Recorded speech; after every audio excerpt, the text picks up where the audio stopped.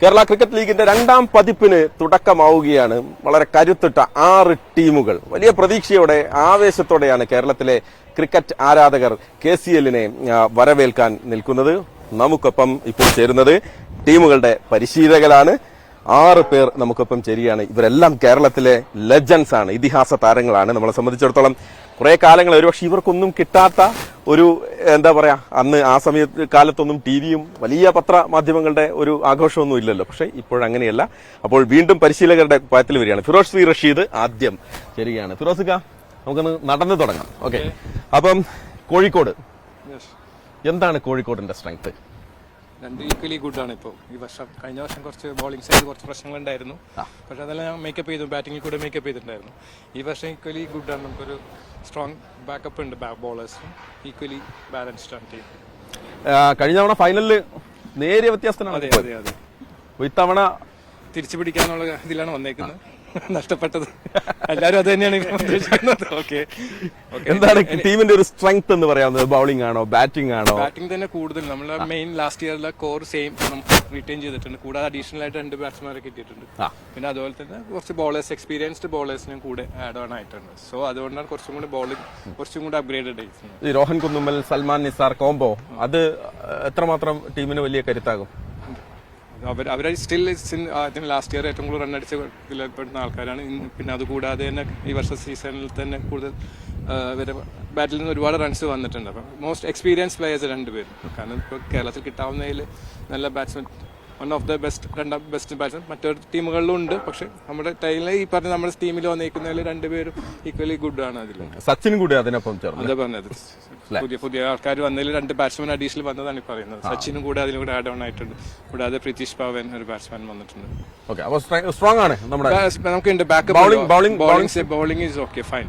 നമുക്ക് ബാക്കപ്പ് ആരൊക്കെയാണ് നമ്മുടെ പ്രധാനപ്പെട്ട main 3 left arm fast bowlers നമുക്ക് കൂടുതലുള്ളത്. ഇതിലുണ്ട് 3 ലെഫ്റ്റ് ആം ഫാസ്റ്റ് ബോളേഴ്സ് ഉണ്ട്. ഒന്ന് സീനിയർ ആയിട്ടുള്ള മനു കൃഷ്ണൻ ഉണ്ട്, പിന്നെ ഒരു മോനു കൃഷ്ണൻ ലാസ്റ്റ് ഇയർ പെർഫോമൻസ് ഉണ്ട് നല്ല രീതിയിലുള്ള.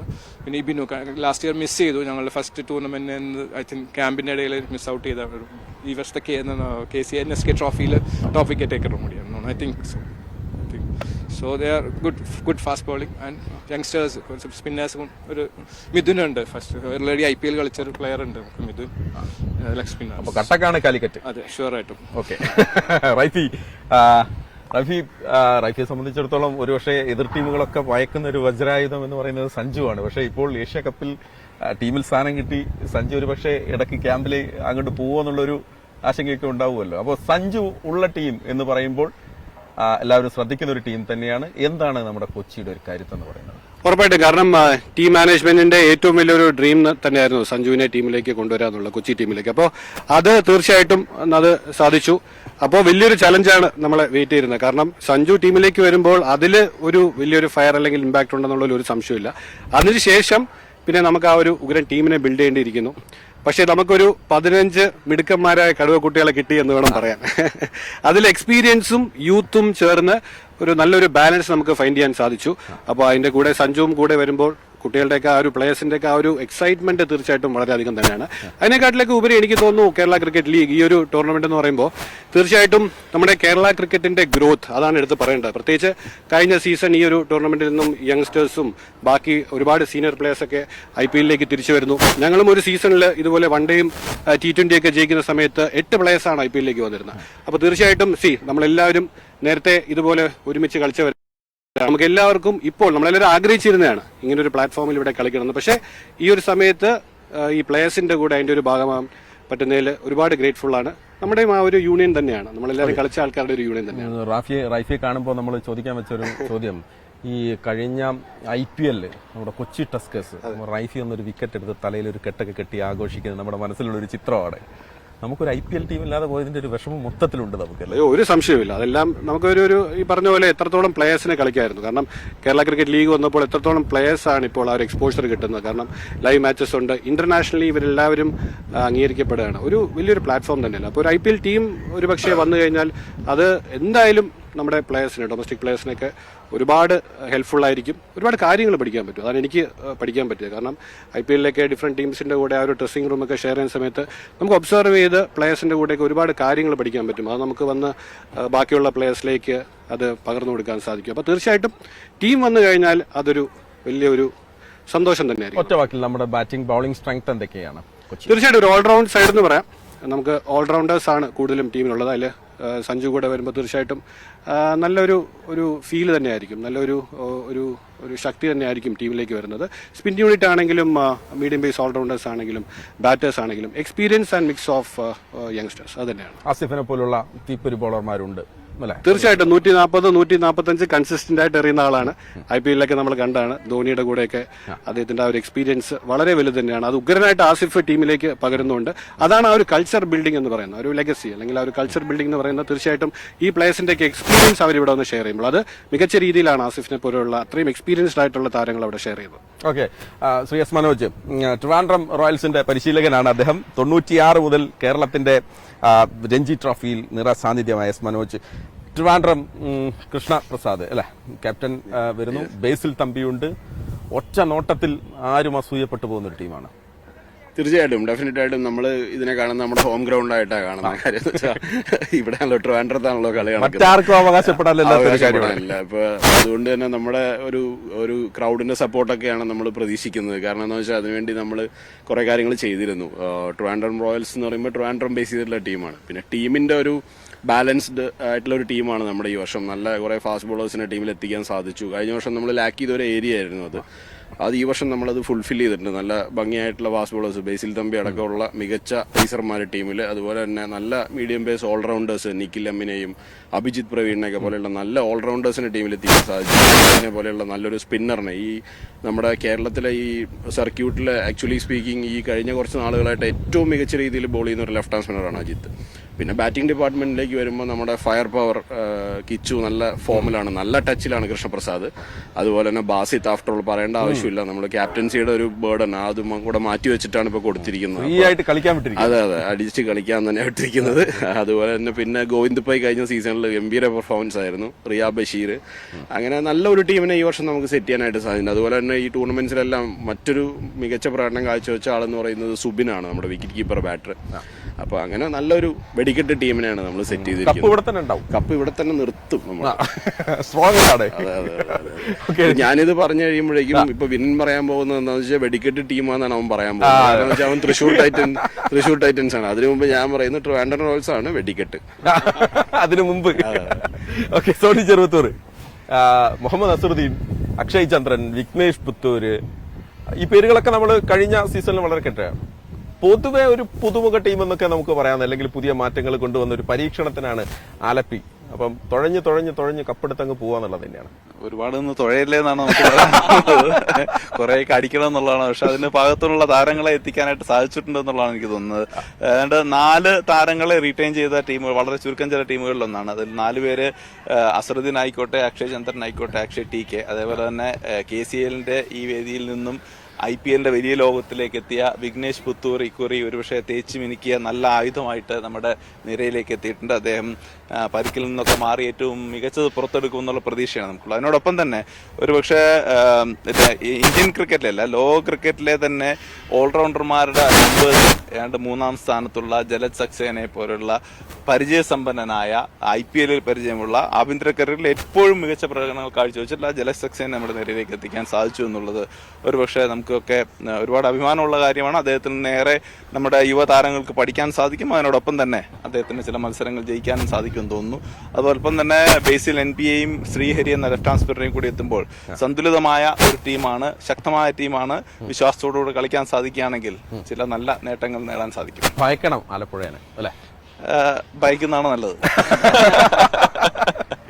അതിനോടൊപ്പം ഒന്ന് ചേർത്ത് ചോദിക്കാനുള്ളതേ, ഞാൻ കഴിഞ്ഞ ദിവസം ചോദിച്ചു, ഈ പുതിയ പിള്ളേരുടെ ഒപ്പം നിൽക്കുന്ന സമയത്തെ എല്ലാവർക്കും ഒരു പ്രത്യേക എനർജി ഫീൽ ചെയ്യുന്നുണ്ട്.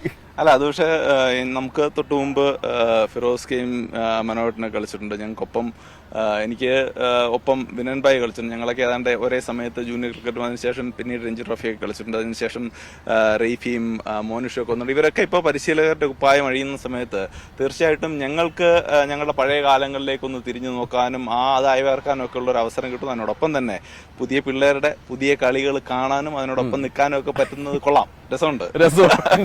ഓക്കെ, മോനിഷെ സംബന്ധിച്ചിടത്തോളം കൊല്ലം ചാമ്പ്യന്മാരാണല്ലോ. അതെ. അപ്പൊ അത് കപ്പ് നേടുക എന്നല്ല, വിട്ടുകൊടുക്കാതിരിക്കുക എന്നുള്ളതാണ് നമ്മുടെ ഒരു സച്ചിൻ ബേബി തൊട്ട് ഏതൻ ആപ്പിൾ ടോം തൊട്ട് ഷറഫുദ്ദീൻ, ബിജു നാരായണൻ തുടങ്ങി ഇപ്പൊ ഞാൻ കഴിഞ്ഞ ദിവസം കണ്ട അജയ് ഘോഷിനെ പോലുള്ള പട്ടപ്പിള്ളേരുണ്ട്. അപ്പം എങ്ങനെയാണ് കൊല്ലം ഇത്തവണ?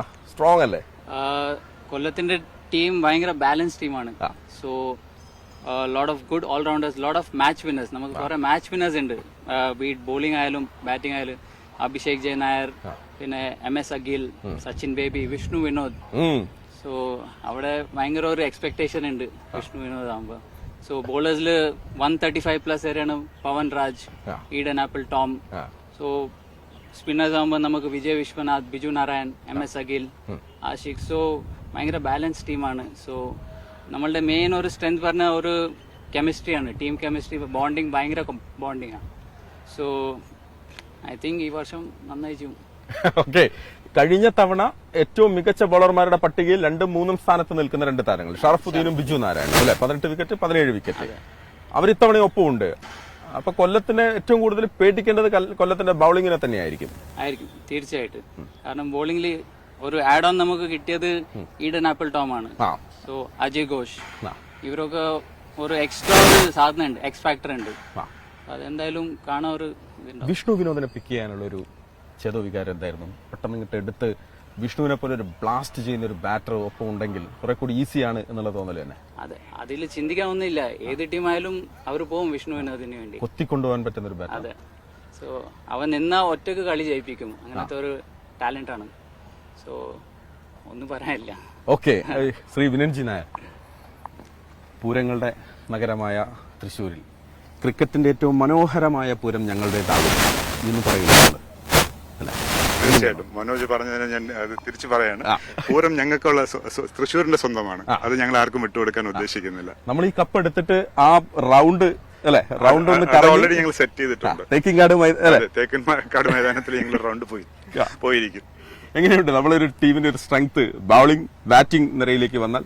ഞങ്ങൾക്ക് ഈ വർഷം 2 ഏറ്റവും എക്സ്പീരിയൻസ് ഉള്ള ഫാസ്റ്റ് ബോളേഴ്സിനാണ് കിട്ടിയിരിക്കുന്നത്. ഈ വർഷത്തെ ലീഡിംഗ് വിക്കറ്റ് ടേക്കർ നിതീഷാണ് ഞങ്ങളുടെ ഫാസ്റ്റ് ബോളിംഗ് ചെയ്യുന്നത്. പിന്നെ വിനോദ് കുമാർ സിവി ഓൾറൗണ്ടർ, പിന്നെ ഉള്ളത് ആനന്ദ് ജോസഫ്. ഈ 3 എക്സ്പീരിയൻസ്ഡ് ആയിട്ടുള്ള ഫാസ്റ്റ് ബോളേഴ്സാണ് ഞങ്ങൾക്കുള്ളത്. പിന്നെ ഞങ്ങൾക്ക് കഴിഞ്ഞ വർഷം ഞങ്ങളുടെ ക്യാപ്റ്റൻ വളരെ യങ് ആയിട്ടുള്ളൊരു ക്യാപ്റ്റനായിരുന്നു. ഞങ്ങളുടെ സൈഡും ഒരു റിലേറ്റീവ്ലി വെരി യങ് സൈഡായിരുന്നു. ഞങ്ങൾക്ക് ഇപ്രാവശ്യം ഒരു വളരെ നല്ല ടാക്ടിക്കലി ജീനിയസ് ആയിട്ടുള്ള ഒരു ക്യാപ്റ്റനെ കിട്ടിയിട്ടുണ്ട്. സിജോ മോനുണ്ട്, കേരള ക്യാപ്റ്റനായിരുന്നു. സിജോ മോൻ സ്പിൻ ഡിപ്പാർട്ട്മെന്റും സിജോ മോനായിരിക്കും ലീഡ് ചെയ്യുന്നത്, അലോങ് വിത്ത് ഇഷാഖ് ഹൂപ്പർ. നമുക്ക് കഴിഞ്ഞ വർഷം ഇമ്രാനും കേരളത്തിന്റെ ഏറ്റവും അപ്കമിംഗ് ആയിട്ടുള്ള ബെസ്റ്റ് ബാറ്റേഴ്സ് 2 ഞങ്ങളുടെ ടീമിലാണുള്ളത്. ഷോൺ റോജറും ഇമ്രാൻ മുഹമ്മദും. അതിന്റെ കൂടെ ആനന്ദകൃഷ്ണനുണ്ട്. കഴിഞ്ഞ വർഷം വളരെ നല്ല പെർഫോമൻസ് ആയിരുന്നു ആനന്ദകൃഷ്ണൻ്റെ. അപ്പോൾ ബാറ്റിംഗും സ്ട്രോങ് ആണ്. Wicket keeping Arjun A K ഉണ്ട്. പിന്നെ Varun Nayanar, leading scorers in the domestic this year. So you got a relatively experience side with a flair of youth. Okay, അതാണ് ഒരു കോംബോ ആണ്. അതാണ് ഞങ്ങളുടെ ഈ വർഷത്തെ കോമ്പിനേഷൻ. അപ്പോൾ ഒരു പൂരം നമുക്ക് ഇവിടെ തന്നെ പ്രതീക്ഷിക്കാം, ഉറപ്പാണ്? തീർച്ചയായിട്ടും അല്ലെ? തീർച്ചയായിട്ടും. അവരോട് വാക്ക് കൊടുത്തോ തൃശ്ശൂർക്കാരോട്? ഈ കപ്പ് ഞങ്ങൾ എടുക്കുക എന്ന് പറഞ്ഞു. കപ്പ് സുരേഷ് ഗോപി പറഞ്ഞോട് ഞങ്ങൾ എടുക്കുകയാണ്. ഈ കപ്പ് ഞങ്ങൾ എടുക്കുകയാണ്. ഓക്കെ, അപ്പോൾ 6 ടീമുകൾ അവരുടെ പരിശീലകരായിട്ടുള്ള ആളുകളൊക്കെയാണ് നമുക്കൊപ്പം ചേർന്ന്. നമ്മുടെ തൃശ്ശൂരിന്റെ ബാക്കിയുള്ള പരിശീലകർ അതിന്റെ കാര്യങ്ങളൊക്കെ എങ്ങനെയാണ്? Head coach Sunil Kumar, former SBT captain and Ranji trophy selector ആയിരുന്നു. Cricketing director Sunil Oasis. ഞാൻ ബാറ്റിംഗ് കോച്ചാണ്. ഞങ്ങളുടെ ബൌളിംഗ് കോച്ചായിട്ട് CP Shahid, former Dileep trophy player. Assistant coach Kevin Oscar, former junior state cricketer. ഇത്രയുമായിട്ടാണ് ഞങ്ങളുടെ കോച്ചിങ് സ്റ്റാഫ് ആയിട്ടുള്ളത്. ഓക്കെ, അപ്പോൾ അതാണ്. അപ്പോൾ വലിയ പ്രതീക്ഷയിലാണ് കേട്ടോ എല്ലാ ടീമും ഉള്ളത്. നമ്മൾ ഇതിനൊരു കുട്ടിക്കളിയായി കാണേണ്ടതില്ല. കുട്ടി ക്രിക്കറ്റ് ആണെങ്കിലും ഇതിനൊരു കുട്ടിക്കളിയായി കാണേണ്ടതില്ല. കാരണം ഇനി അങ്ങോട്ടുള്ള ഒരു ദശാബ്ദം അല്ലെങ്കിൽ അതിനുമപ്പുറം കേരളത്തിന്റെ ക്രിക്കറ്റ് എങ്ങോട്ട് പോകണം എന്ന് ചോദിച്ചാൽ അതിനൊരു റിസൾട്ട് നൽകാൻ പറ്റുന്ന ഒരു പരീക്ഷ കൂടിയാണ് ഈ ഗ്രൗണ്ടിൽ നടക്കാൻ പോകുന്നത്. ഗ്രീൻഫീൽഡ് ഒരുങ്ങുകയാണ്. ടീം എല്ലാവരും റെഡിയാണ്. കട്ടക്കാണല്ലേ, ഒരു വിട്ടുകൊടുക്കില്ലല്ലോ നമ്മള്. വിട്ടുകൊടുക്കരുതല്ലോ. കൊടുക്കരുത്. ആരും ഇല്ലല്ലോ, വിട്ടുകൊടുക്കുന്ന പ്രശ്നം അല്ല, വിട്ടുകൊടുക്കുന്നല്ലോ കളി. അതുകൊണ്ട് തന്നെ മുറുക്കി പിടിക്കാൻ തന്നെ ആയിരിക്കും എല്ലാവരും.